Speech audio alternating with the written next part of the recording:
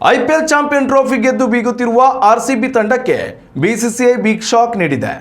RCB ತಂಡದ star ಆಟಗಾರ Tim ಡೇವಿಡ್ಗೆ BCCI ಒಂದು ಪಂದ್ಯದಿಂದ ನಿಷೇಧ ಹೇರಿದೆ.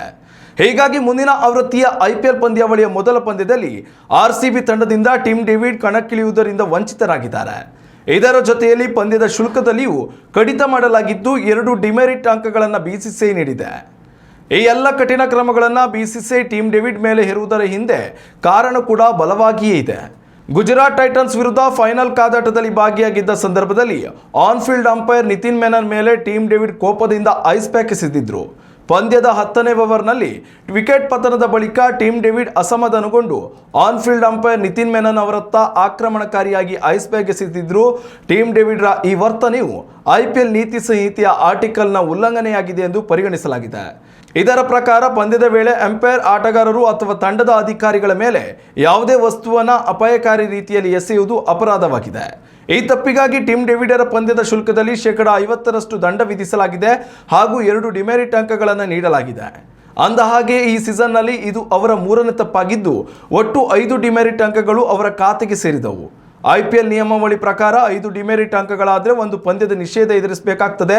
ಹೀಗಾಗಿ ಅವರು ಐಪಿಎಲ್ 2027ರ ಮೊದಲ ಪಂದ್ಯದಿಂದ ಅಮಾನತುಗೊಂಡಿದ್ದಾರೆ. ಏಪ್ರಿಲ್ 13ರಂದು ನಡೆದಿದ್ದ ಮುಂಬೈ ಇಂಡಿಯನ್ಸ್ ವಿರುದ್ಧದ ಪಂದ್ಯದಲ್ಲಿ ಡೇವಿಡ್ ಪಂದ್ಯದ ವೇಳೆ ಅಂಪೈರ್ಗಳು ಚೆಂಡನ್ನು ಬದಲಾಯಿಸಿದಾಗ ಟಿಮ್ ಡೇವಿಡ್ ಆ ಚೆಂಡನ್ನು ತಾನು ನೋಡಬೇಕೆಂದು ಹಠ ಹಿಡಿದು ಅಂಪೈರ್ಗಳು ಪದೇ ಪದೇ ಕೇಳಿದರೂ ವಾಪಸ್ ನೀಡದೆ ತಮ್ಮ ಕೈಯಲ್ಲೇ ಹಿಡಿದು ಉದ್ದಟತನ ತೋರಿದ್ರು.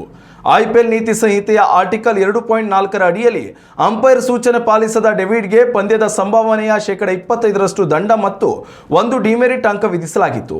ಇದಾದ ಬಳಿಕ ಮೇ 10ರಂದು ಮತ್ತೆ ಮುಂಬೈ ಇಂಡಿಯನ್ಸ್ ವಿರುದ್ಧ ನಡೆದಿದ್ದ ಪಂದ್ಯದಲ್ಲಿ ಅಸಭ್ಯ ಹಾವಭಾವ ಪ್ರದರ್ಶಿಸಿದ್ರು.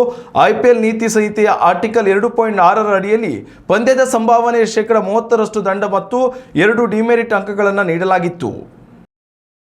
ಉತ್ತಮ ಸಂಸ್ಕಾರಯುತ ಶಿಕ್ಷಣದೊಂದಿಗೆ VSS English medium CBSE school Udupi Muddur. ನರ್ಸರಿಯಿಂದ 10ನೇ ತರಗತಿವರೆಗೆ ಶಿಕ್ಷಣದ ಜೊತೆಗೆ 5ರಿಂದ 10ನೇ ತರಗತಿವರೆಗಿನ ವಿದ್ಯಾರ್ಥಿನಿಯರಿಗೆ ಉತ್ತಮ ಹಾಸ್ಟೆಲ್ ಸೌಲಭ್ಯವೂ ಇದೆ. ನಿಮ್ಮ ಮಕ್ಕಳ ಪ್ರವೇಶಾತಿಗಾಗಿ ಈ ಸಂಖ್ಯೆಗೆ ಕರೆ ಮಾಡಿ.